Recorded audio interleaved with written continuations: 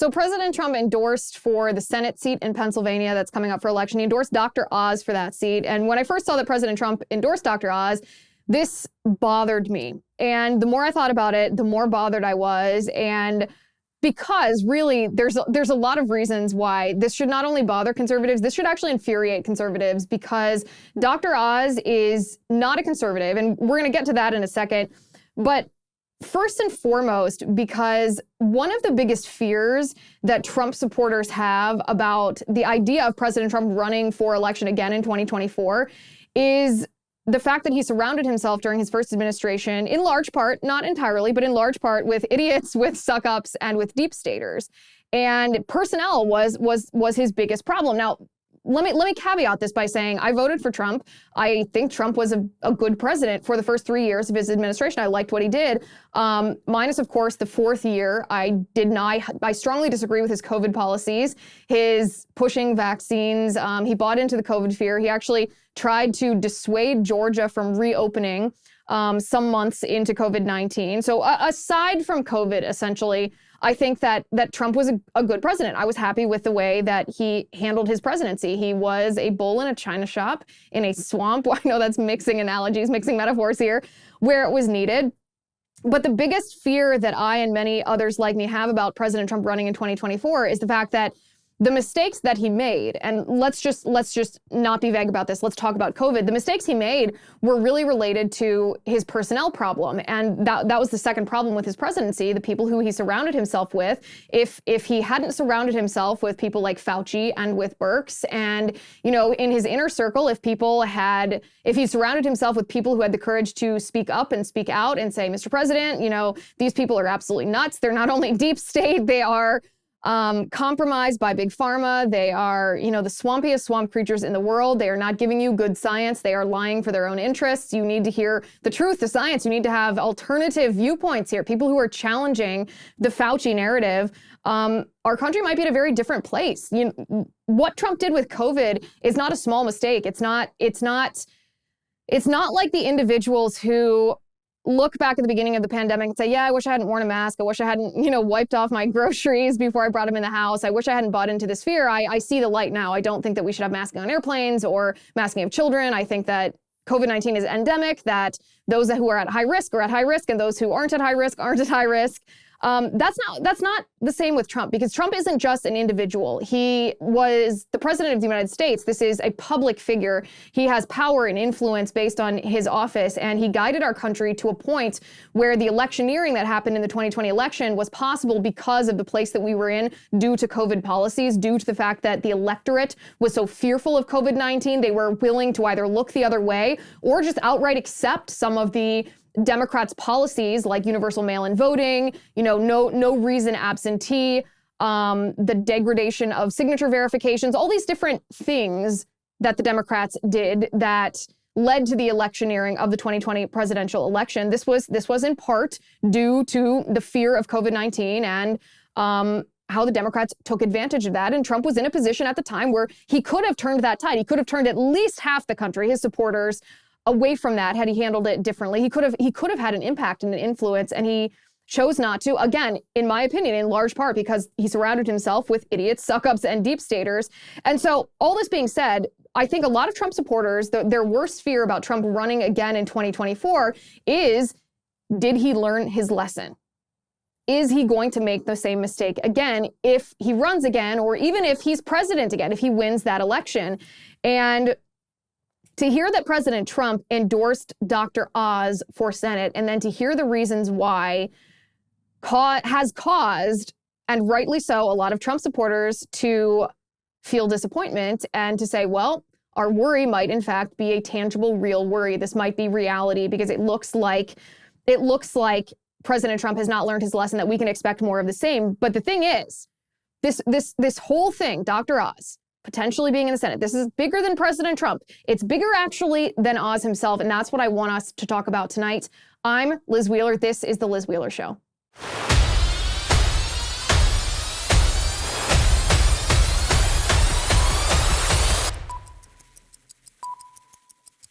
I like Relief Band because it is all natural. And you know how I like natural remedies. There is no worse feeling than being nauseous. Did you know that 1 out of 3 Americans regularly suffer from nausea? It's super common. That's why you've got to check out Relief Band.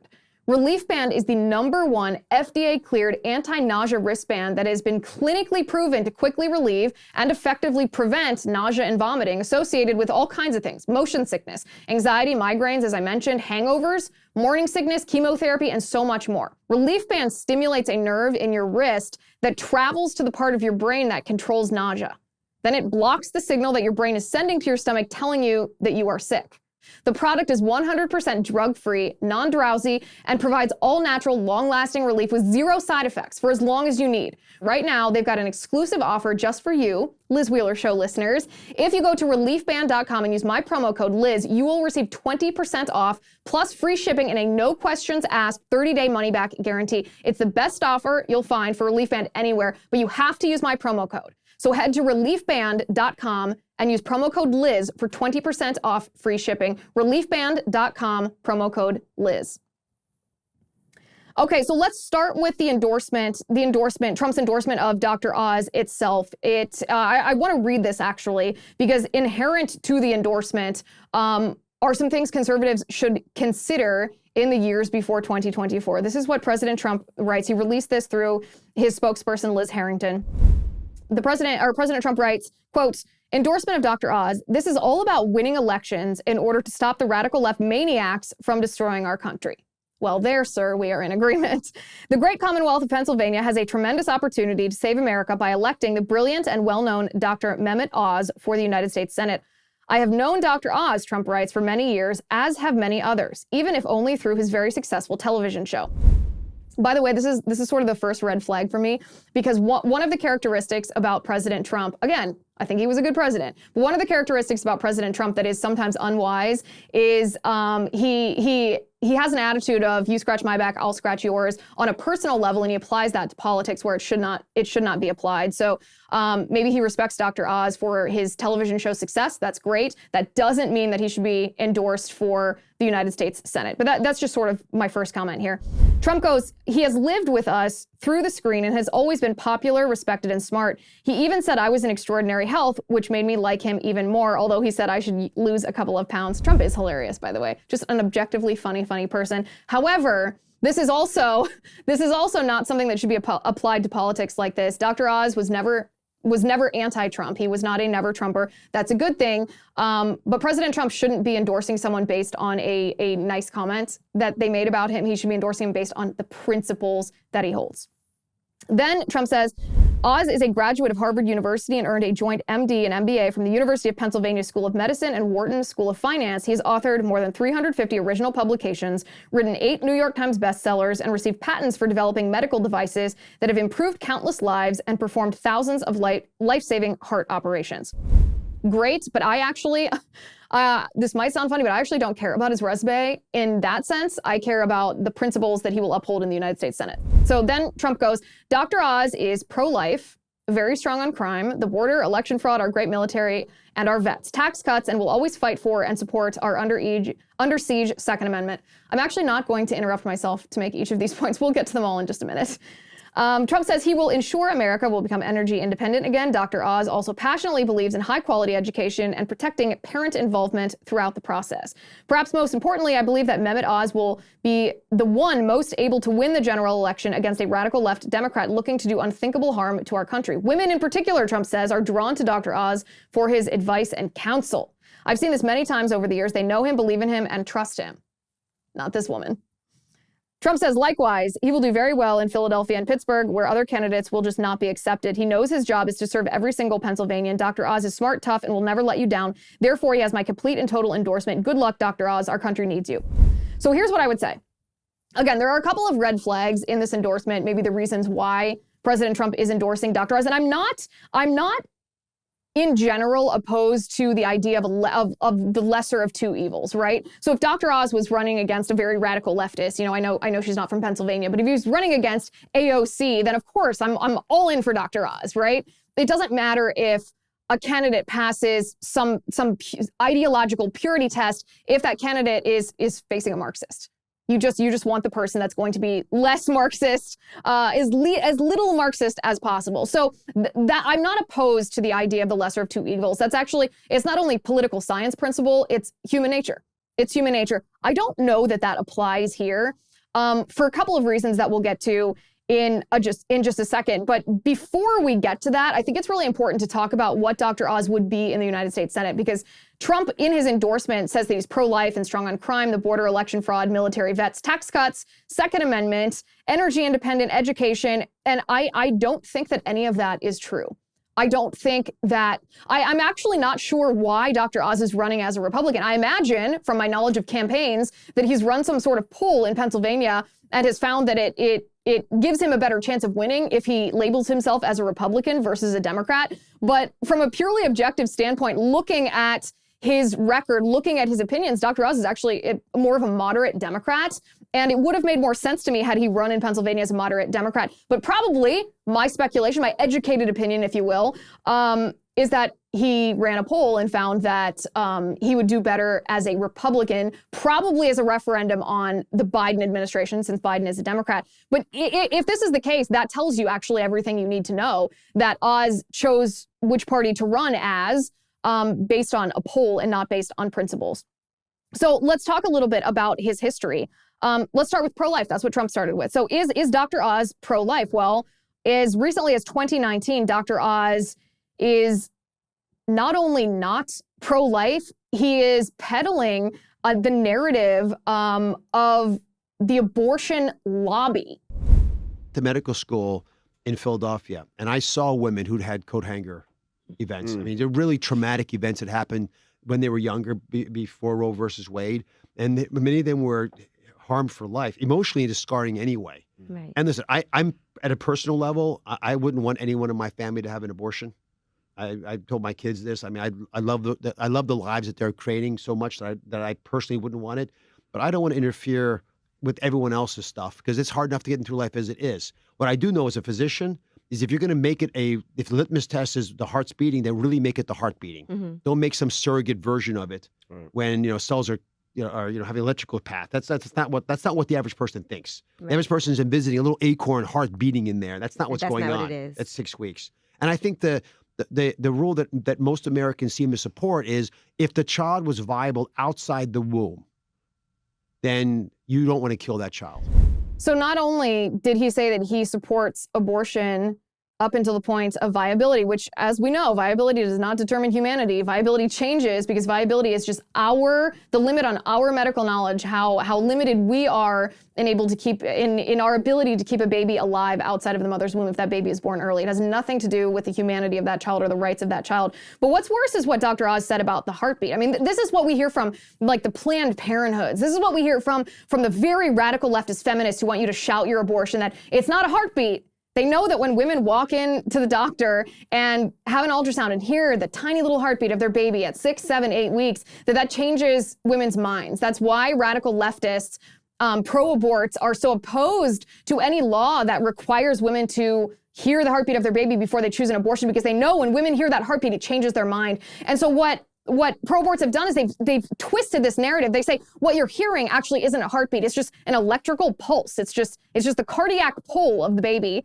And my response to this is, isn't all of our heartbeat just an electrical pulse, if you want to reduce it to that? I mean, it's the same sort of strawman argument that calling a baby a lump of cells. Like, we're all just a clump of cells, if you want to think of it in that kind of terms. But the fact that Dr. Oz would not only say that he thinks abortion should be legal to the point of viability, but that's not really a heartbeat, that's a bad standard, that it's just electrical pulse, that I don't believe that he's pro-life. In other words, I just don't believe that he's pro-life. And here's the difference. I do believe in redemption. I do believe that you can change your mind. I applaud people when they have the humility and the open-mindedness to intake new information and change their mind. And so I don't want what I'm saying to be misconstrued as, disbelief that people can change their mind. But let me tell you the difference. Here's the difference. So President Trump was once pro-abortion or pro-choice, and he switched to being pro-life. And I believe President Trump, the reason I believe it is because he had an actual conversion event, meaning when people asked him, they said the same thing to Trump. Well, why should we believe you? You said that you were a supporter of abortion just years ago. And he told a story. He's like, yeah, I changed my mind because a friend of mine got his girlfriend pregnant, pressured her to have an abortion, and she didn't have an abortion. And that child's the best thing that ever happened to him. And it just opened Trump's eyes. It opened his mind and his heart to the fact that, wow, we are aborting children who make such a difference in this world when we support abortion. He then became pro-life. He also became more pro-life when he realized the brutality of the abortion procedure all the way up through 9 months of pregnancy. So these conversion events, they have to be a heart-changing event in order for it to be believable. If you don't have an event, you were just pro-abortion and now you say you're pro-life, I hesitate to believe you, especially because Dr. Oz himself was asked, when do you believe a human life begins? You know, he was asked on Fox News, when does life begin? And his answer, was beyond political, beyond vague. Directly. And one more. On the issue of abortion, you were on the Breakfast Club in New York, and you talked about some of these laws in Alabama, perhaps like the ones that are being adjudicated in Mississippi or in Texas. And I'd be curious, as a senator, how would you vote? What do you think the laws should be on abortion?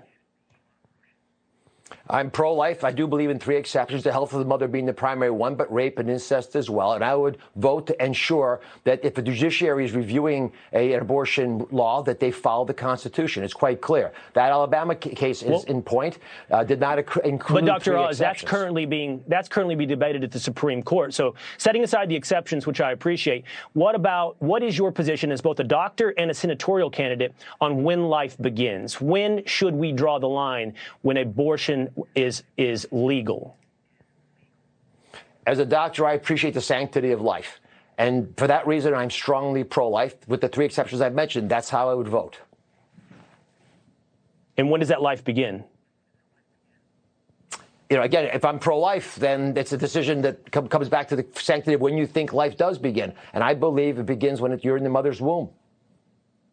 When you're in the mother's womb, but that carries you all the way up to 9 months of pregnancy. No, of course not. Life's already started when you're in your mother's womb. But it's a rat hole to get trapped in the different ways of talking about it. We need, as a nation, to make sure the Constitution is appropriately followed, and people like me, and you may be in the same camp, who are pro-life, have our feelings respected. And this is something that should not be taken away from us by judiciary legislating from the bench. If you're pro-life and you believe that life begins at conception, you have zero problem saying that life begins at conception. And this isn't a rat hole. This is not a political rat hole. This is not going to alienate anyone. This is, in my opinion, this is Dr. Oz not believing that life begins at conception and not wanting to say so because he doesn't want to say so. He doesn't believe life begins at conception. So I don't believe that Dr. Oz is particularly pro-life, and I don't believe that someone can be personally pro-life and politically pro-abortion, as he has stated in the past. So this is a pretty big problem. What's an equally big problem is Dr. Oz's history on supporting the transgender transition of children. I like Genucel because it works for men and for women. Gentlemen, you know your wives use your razor. I've been doing this to my husband since we were dating. I'm not sure he knows about it to this day, unless it'll be a test to see if he listens to the show. And likewise, we ladies know that our husbands use our skincare products when we are not looking. All's fair in love and war. So let me introduce you to Genucel. Bags and puffiness under the eyes are a problem for millions of American men and women until now. Introducing the new Genucel serum with plant stem cell technology for under eye, bags, and puffiness. I like Genucel because it works quickly. Let me show you my 2 favorite products. These are my 2 favorite products. This is the plant stem cell therapy anti-wrinkle treatment. That's what we have here. And here we have the new and improved immediate effects 2. With Genucel's instant effects, you will see results in the first 12 hours or your money back. I guarantee it. If you order now, you can save big on Genucel's risk-free introductory offer. Just go to Genucel.com/Liz. That's spelled GENUCEL.com/Liz. Order now and use my promo code Liz to save an extra 10% off your order today. That is Genucel.com/Liz. Use promo code Liz. So it's not just abortion that Dr. Oz is certainly not a conservative. What's more troubling is his position on transgender transitions of children. This show is going to be controversial for a lot of people, challenging your beliefs about what it means to be male or female. The word you'll hear today is transgender. Transgender. It describes people whose sex on the outside doesn't match who they are on the inside. Now imagine your child is transgender. What would you do? Our lives as parents are first defined by the words, it's a girl or it's a boy. Could you make a decision to let your child live as the other sex, even alter their body? It's an area of intense debate. Today you'll meet families coping with this astonishing reality. What does it mean to be a boy? What does it mean to be a girl? Those two simple questions are infinitely complex and gut-wrenching for parents of children who are born transgender. Transgender shakes up all of our ideas about what makes us male or female. Does gender come from our anatomy or from our thoughts and feelings? While science looks for answers, what are parents of transgender children to do? More and more parents, like Josie's, are allowing their children to live as the opposite sex. In some cases, they're going as far as providing hormone blockers to prevent the onset of puberty, to buy their children more time to figure out the next step. Others heed the warning of psychiatrists who caution that children who may be transgender don't always grow up to be transgender adults. There's no easy answer. With science and psychology only starting to explore this complex subject, what's the right way to nurture a transgender child? And when did you recognize that Josie was transgender? It was during a regular well baby exam. The pediatrician was looking at her. He got really quiet and just sort of watched her for a while. And he brought up a term, gender identity disorder. Excuse me, what's that? He said, you know, like transgender. I was like, could you spell that for me? I had no idea what he was saying. That's when you learned about it. That is. How are you, Josie? Good. She has a lot of spark to her, I gotta say. She does indeed. Do you remember when your parents thought you were a boy? A little bit. Talk to me about that a little bit. What do you remember? Like, how did it make you feel when I used to take you and get your hair cut off at the barber shop on base? It made me very angry. You did not like your haircut. Why not? Because I'm a girl, not a boy. Yeah. When I first saw this video, I was so horrified, and we'll get to the Dr. Oz part of this for a second, but I was so horrified because this is what I've been warning about when I've been talking about pediatricians being corrupted by ideological interests and ideological agenda and financial conflict of interest. Because did you hear what this mother said? This mother actually said her pediatrician suggested this during a well baby visit, a regular well baby visit. That means a child under 2 years old. A pediatrician looks at this mother and suggests that her baby is transgender. I mean, talk about pediatrician grooming a parent into being a groomer parent. It's so sad. It's so awful. And the mother just listened to the pediatrician, becomes a groomer parent. When the child is asked, do you remember when you were a boy or when your parents thought you were a boy? This child looked at his mother and his mother fed him what to say. His mother said, yeah, we transitioned you because you didn't like getting your hair cut. What little boy likes getting their hair cut? You have ruined your child's life. You have mutilated their body. You have psychologically abused them. You've denied them their God-ordained destiny based on A, normal behavior for a little child, and B, a groomer pediatrician. This broke my heart. And what was worse, and this is how it ties into Dr. Oz, obviously, is he calls this child by female pronouns, not by male pronouns, and just asks the question, do you remember when your parents thought you were a boy? This is validating behavior. This is not the question of someone who is concerned about the well-being of this child. This is not the question of someone who thinks that this is child abuse. This is the question of someone who's okay with the transition, the gender transition of children. And this episode aired a long time ago. This was not recent. He called it cutting-edge surgery. He made a scientifically, medically incorrect statement or comment about hormone therapy stopping puberty and being reversible and not harming, and none of that is true. This is so deeply troubling, what we hear from Dr. Oz, especially when the transgender ideology is the culture war of this year. It is the cultural battle that is being fought right now. And this man wants to go to the United States Senate, and he wants our confidence that he will fight this battle. Why on earth would we have that confidence? Because his track record and his history shows that he's been supportive of transgender transitions for little children. He's validated them and supported them and indulged this delusion even when little children's bodies and minds have been abused in the process. This is so abhorrent to me, so abhorrent. This is absolutely disqualifying for any candidate who wants to be a United States Senator, but certainly for someone who's running as a Republican. And that's not all. That's transgender ideology. Then we have critical race theory.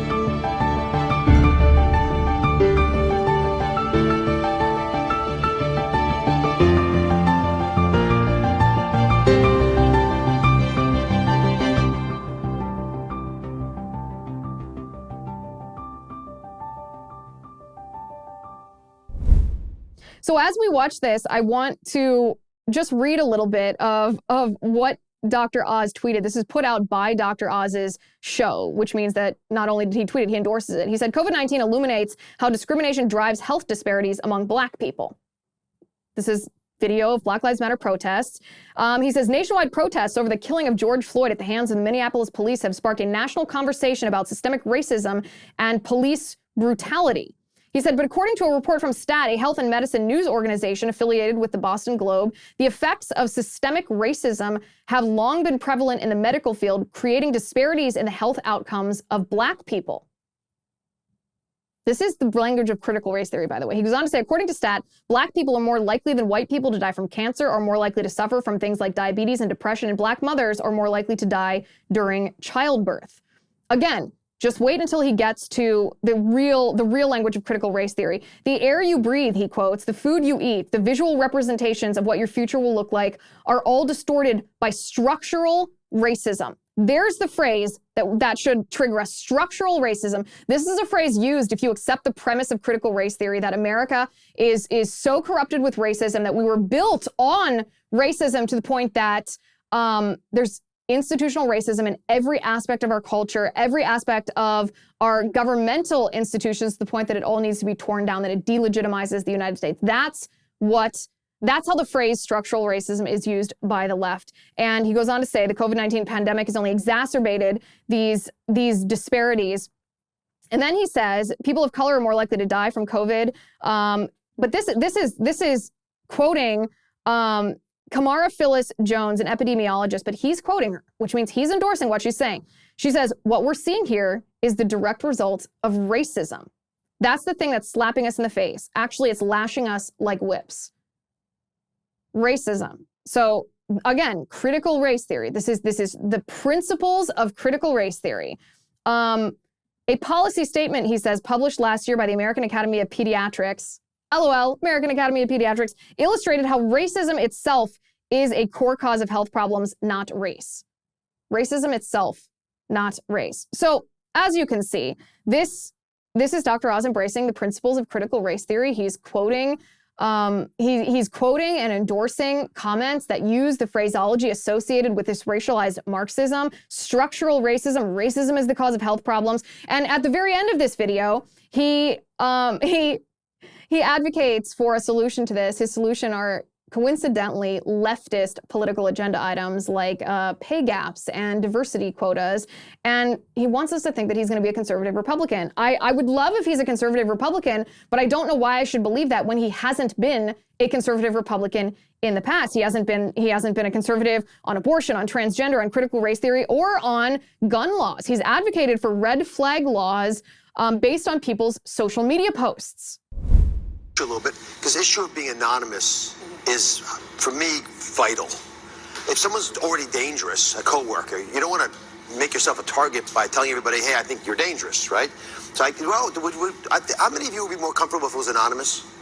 Yeah. So I think part of the hope I gather is that we'll make a system so that I can call in and say, there's evidence besides my testimony that this person's dangerous. Look at their Facebook feed or social media postings or comments they've made to other coworkers besides me. Do a little investigating. I'm alerting you, putting a little red flag up there saying this person's a concern. Then I would hope that all the states would say, well, if there's obvious evidence and you're pointing us to it, you don't have to get involved personally. Is that what's going to eventually happen, hopefully, in most states? Anonymous reports based on your social media history. And don't get me wrong, there are a lot of states that have very legitimate laws for if someone is committing a crime verbally, right? If you know that someone has posted, I am going to come kill you, that's against the law in many states. Or I am going to use a firearm to murder you, that's against the law in many states. That's a criminal threat. But the idea that you could report someone anonymously based on what they're posting on social media and that could cause police to investigate is terrifying, given the fact that liberals think that ownership of firearms or pride in firearms or photographs at the shooting range are signs that you are potentially a mass shooter. They think even skin color is a sign that you could be a mass shooter. The left would obviously weaponize this. It is one of their ways of trying to assault our Second Amendment rights. And Dr. Oz is supporting this, even though there are obvious problems with this, that there's no due process inherent to many of these red flag laws that are proposed. It's not a matter of, oh, this person's committed a crime, they're being charged with a crime, they're being tried for it, and they're being found guilty or not guilty, that the penalty or essentially the conviction happens before there's any due process, and that is unconstitutional. But again, leftists don't care about the Constitution, don't care about due process, and clearly neither does Dr. Oz.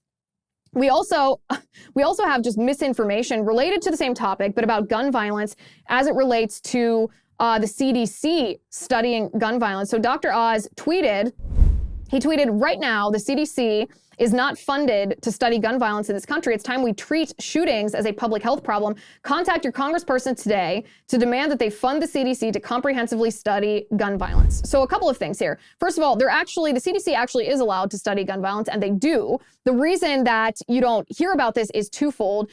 First of all, the CDC did lose some funding related to the study of gun violence because the CDC was abusing that money and they were using that to push their political agenda, which was assault weapons bans and gun control. So Congress said, nope, you are not allowed to use taxpayer money to formulate a liberal agenda here. You are only allowed to study objectively. You're just allowed to run studies. You're not allowed to be a political apparatus here. And the left, of course, deliberately misconstrued this. They deliberately misrepresented this to people and said, oh, Republicans don't want the CDC to study gun violence. No. The CDC is allowed to study gun violence. They are not allowed to be liberal political activists with your tax dollars. That's the first thing. Second thing is under the Obama administration, they actually did conduct studies about gun control or other mechanisms for addressing gun violence. That does happen in our nation. No one's denying that it happens. The argument, of course, is what we should do to stop it and how we protect people's right to keep and bear arms while also keeping our communities safe. And the Obama administration, or the CDC under the Obama administration, found that gun control does not materially change the outcome or the level of gun violence. And of course, most people didn't hear about this because the Obama administration didn't want to announce this because this was contradictory of their gun control agenda. So Dr. Oz is buying into, I don't know which one. Maybe he's buying into the liberal narrative that the CDC is not allowed to study gun violence. Maybe he wants the CDC to be liberal political activists. Maybe he is ignoring the Obama administration's report. I don't know, but this is factually incorrect, and what he's advocating for doesn't match reality. It also doesn't match reality how he has pushed for the COVID vaccine, actually publicly pressuring people to get the vaccine.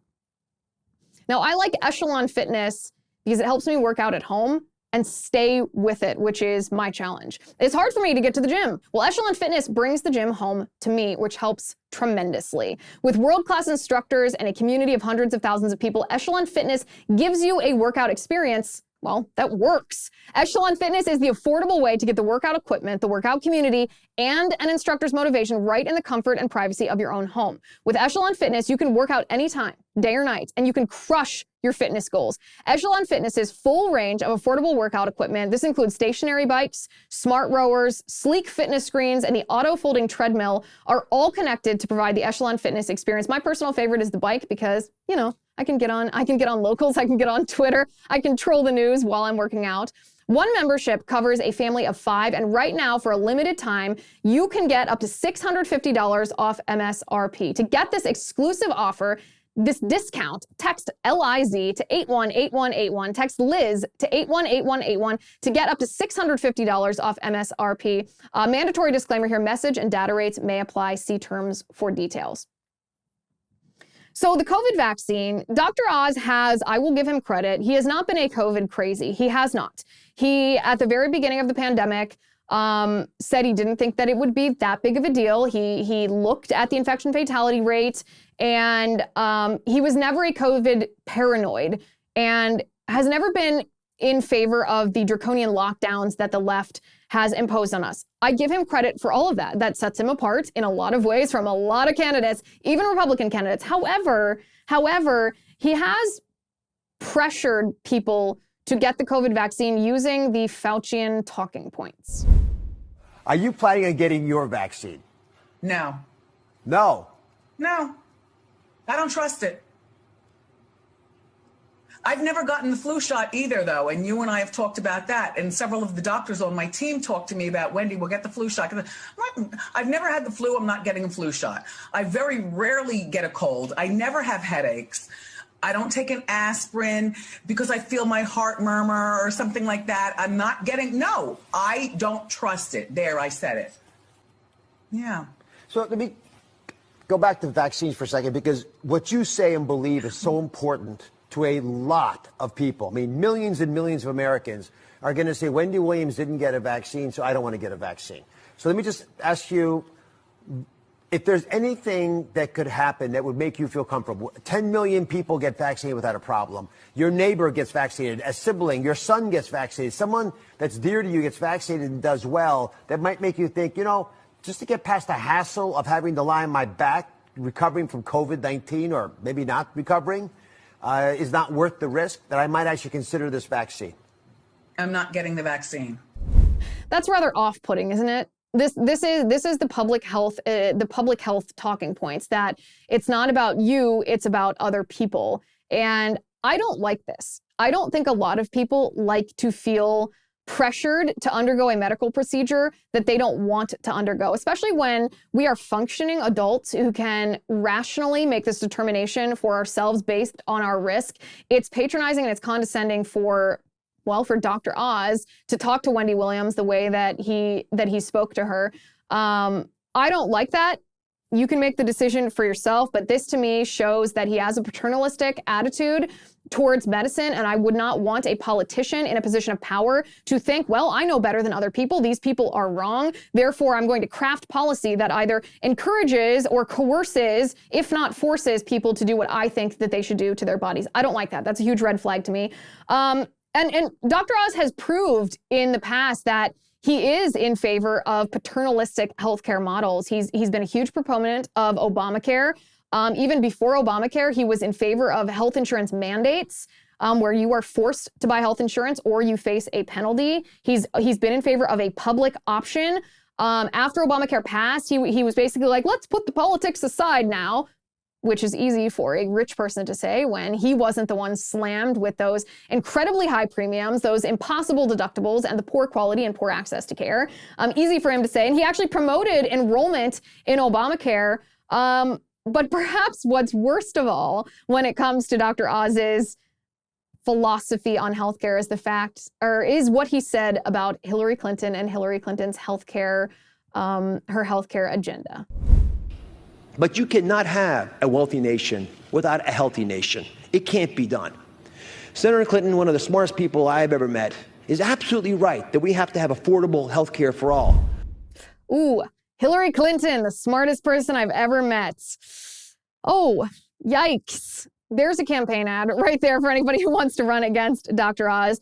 But in all seriousness, just as it narrowly relates to healthcare, Hillary Clinton was a proponent of basically socialized healthcare called Hillary Care before Obamacare became Obamacare. And that is what Dr. Oz was saying that he supports too. We all know how socialized healthcare systems work. On the extremes are places like Cuba, where they have this two-tier healthcare system where the rich people, the connected people, the politically connected people go to other countries to get their healthcare, and the poor people, the regular people, have to go to hospitals where there's no medication. They have to bring their own pillows and blankets to the emergency room. Surgical instruments are rusty. There's little access to care. It's poor quality of care. I mean, that's the extreme. On the good side of socialized healthcare, maybe like what we see in Britain, surgeries are canceled. There was thousands and thousands of surgeries that were canceled in Britain by the government because the government didn't want to pay for them. And so even though these were quote unquote elective surgeries, think about what an elective surgery is. An orthopedic surgery that you need because you're injured can be an elective surgery. It shouldn't be up to government bureaucrats and their wallets to determine whether a surgery for you is necessary or not necessary. But under these types of public options or government-run systems or socialized healthcare, whatever you want to call it, that Dr. Oz supports, government bureaucrats are in charge of your healthcare and not you. That's a very scary thing. But as I said, this whole thing is actually, it's bigger than President Trump. It's bigger than, why he would endorse Oz, or why it's a problem, or why it causes Trump supporters to fear that he's not learned his lesson regarding personnel surrounding himself with idiots, and maybe how that would manifest in 2024. It's bigger than Dr. Oz himself. It's bigger than the reality that Dr. Oz is not a conservative.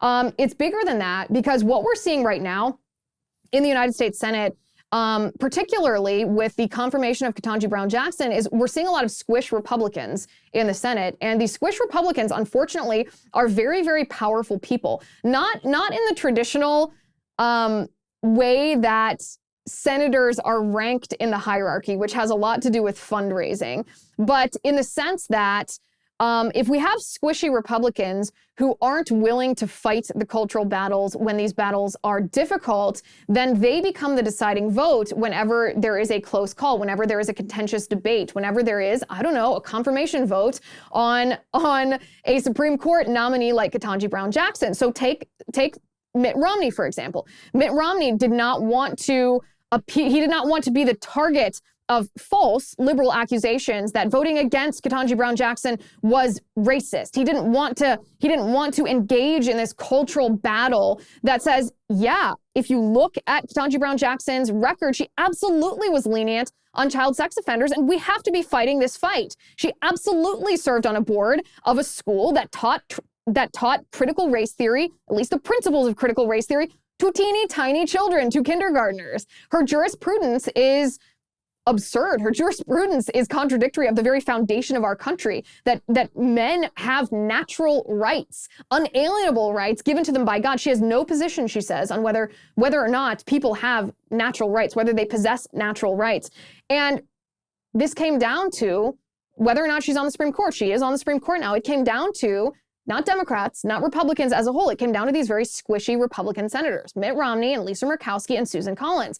And therefore, these squishy Republicans become the most, not just influential, but the most powerful senators in our entire country. And think about this. Think about this for a second. Think about what Dr. Oz would be like if he were in the Senate. Do you have confidence that Senator Oz would fight these cultural battles? Do you have confidence that Senator Oz would have voted no on the nomination of Ketanji Brown Jackson? Do you have confidence that he would have rejected the identity politics premise that was thrown at him by the left, and he would have voted like Senator Tim Scott did, based on ideology and jurisprudence, not based on the mainstream media attacks against him? Do you have confidence that he would actually stand up for difficult pro-life legislation? Do you have confidence that he would stand up to protect children from the transgender ideology? Do you have confidence that he would protect your Second Amendment right to keep and bear arms? Do you have confidence that he would protect your medical freedom when it comes to COVID-19 vaccines? Do you have confidence that he would protect your right to make choices about your own healthcare and not give those to government bureaucrats? Because when I see Dr. Oz's past history, his comments and his records, his advocacy, when I see what his ideology holistically is in his life, and I compare that to the really difficult cultural battles that we're fighting and that we need our senators, our Republican senators to fight in the Senate, I have no confidence that Oz would be any different than Romney. He would just be the Romney of Pennsylvania. The Romney of Pennsylvania. And we don't want that. We don't want that. In fact, this is a problem that is obvious when we talk about Ketanji Brown Jackson. But we did a show, Verdict with Ted Cruz podcast. We did a show at Yale this week, and the Senator Cruz was talking about how he and his team were fighting solo against Ketanji Brown Jackson, because generally how it works is the lobbying organizations for the conservative judicial movement spend a lot of money, and they spend a lot of money on these judicial nominees and the opposition to judicial nominees by doing research on the jurisprudence, on the records of these individuals, and then creating a communications campaign, or a marketing campaign really, to educate not only the senators who are going to be voting for or against these judicial nominees, but also the public, the constituents of these senators, the senators are representing. And Senator Cruz was saying that the Republican judicial movement, or this lobby, was unwilling to engage in this fight to try to stop the confirmation of Ketanji Brown Jackson based on ideology, of course, not on racial identity, obviously. And it's unsurprising to me, but it is so infuriating to me to see Republicans and conservatives refuse to fight a fight when Ketanji Brown Jackson on the Supreme Court is going to be shaping our country for the next 30 years, probably. The next decades of our country are going to be shaped by a woman who doesn't think, she has no position on whether people possess natural rights, which is bananas.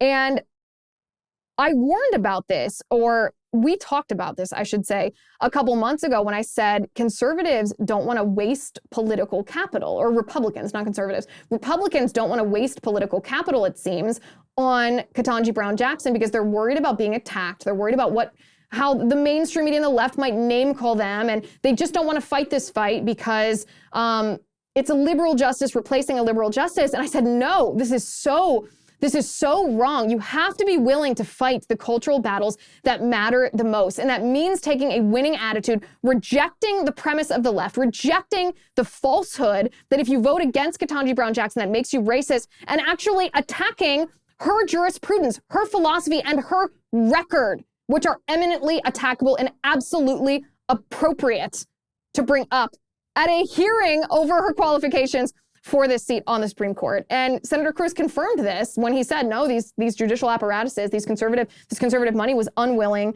to fight. And we do not need another Republican who is unwilling to fight. Another Republican who we can't have confidence that they will stand strong and that they will stand up for our principles and represent our rights against the strength and the conniving and the dirty tactics that the left throws at us every single day. We don't want Republicans who crave the validation of Marxists. And I'm not confident that Dr. Oz would not be that person. So the question then is, what are our other options? Who do we vote for? Who do the people of Pennsylvania vote for if not Dr. Oz in this primary? And what's interesting is a lot of people in the Trump orb endorsed other candidates. They did not endorse Dr. Oz, which is interesting. I'm talking Kellyanne Conway, Stephen Miller. They did not endorse Dr. Oz. What's also interesting is what's happened in Pennsylvania. The reason Dr. Oz got into this race is because the previous candidate, who had been endorsed, by the way, by President Trump first, Sean Parnell, he dropped out of the race I think he's going through a divorce. There was some accusation from his wife about abuse. I have no idea the details of this, no idea the truth to this. It seemed very nasty to me. And Sean Parnell dropped out of the race. Again, Trump had endorsed him first because he is very conservative. But Sean Parnell actually called out President Trump when President Trump then endorsed Dr. Oz for this seat. And Sean Parnell says, listen, this guy, Dr. Oz, is not America first. This is not the endorsement that you should be making. And like I said, people around Trump agreed with Sean Parnell and said, this is not the endorsement that we should be making. This is not who conservatives should rally behind. So who are the other options? What I will say to this is we are going to explore the other options. So stay tuned for this. We are going to be a big part of what's happening in Pennsylvania, because while we have a pretty good chance of taking back the House in 2022, historically, the party that holds the White House loses a significant number of seats in the House of Representatives during that first midterm election. The Senate, it's going to be a nail biter. The Senate is going to be very close. Whether Republicans take back the Senate, whether it's by 1, whether it's by 2, whether it's by 3, every single seat needs to be protected. Every seat needs to be fought for, and we need to make sure that we have strong conservatives. So like I said, we are going to explore these other options. Stay tuned for that. Thank you for watching today. Thank you for listening. I'm Liz Wheeler. This is The Liz Wheeler Show. The Liz Wheeler Show is produced by Jonathan Hay, executive producer Chad Abbott, director of photography Kevin McRoberts, editor Alejandro Figuerella, sound mixer Robin Fenderson, director of marketing Emily Wachtler, production and talent coordinator Matt Toffler, and senior publicist Patricia Jackson. This has been a Soundfront production.